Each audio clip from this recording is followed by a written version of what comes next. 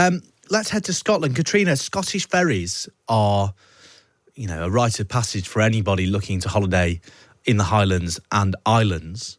But anyone who follows politics north of the border will know that, the ferry system is not what it once was.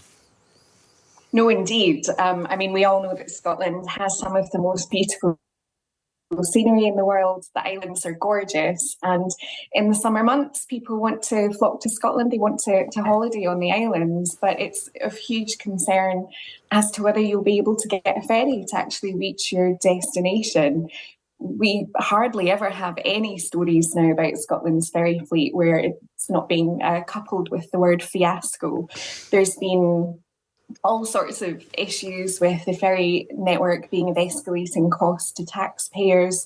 There's been ministerial interference. There's been really serious delays to the provision of 2 new ferries that are now years overdue and millions of pounds over budget. And they're run by quite a complicated trio of systems. So Transport Scotland deals with the policy of ferries and finance. CalMac actually runs the ferries. They're responsible for operations, and then CMAL is responsible for infrastructure. But the criticism of these 3 groups is that there's a lack of credible vision on how to resolve all of these issues. So you've got all this kind of high-level political shenanigans going on, but ultimately the people on the islands just want to be able to move about freely.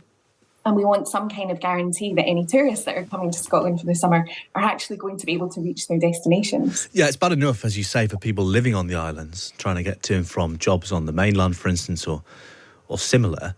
But if you are thinking, well, I want to go on holiday to, I don't know, Bute or Stornoway and other island here, and you don't have confidence that the ferry is going to run, you're not going to be able to get there, then clearly you're going to look for another destination, aren't you?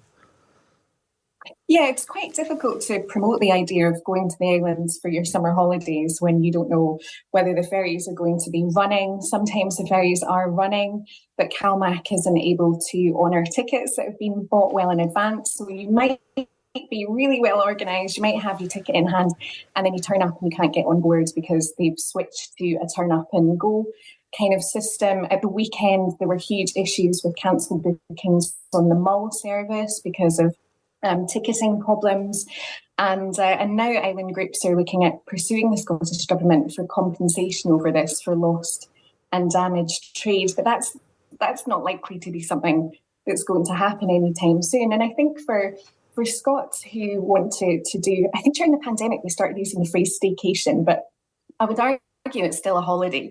For Scots who want to holiday at home, there can be a bit of kind of moral conflict around that, because you know that you might be taking a ticket on a ferry from someone who needs to get over to the mainland for a hospital appointment, or who has something, a really serious reason for travel. So there's all sorts of complicated things going on. But yeah, the ferry fiascos, I don't see any end in sight to that anytime soon.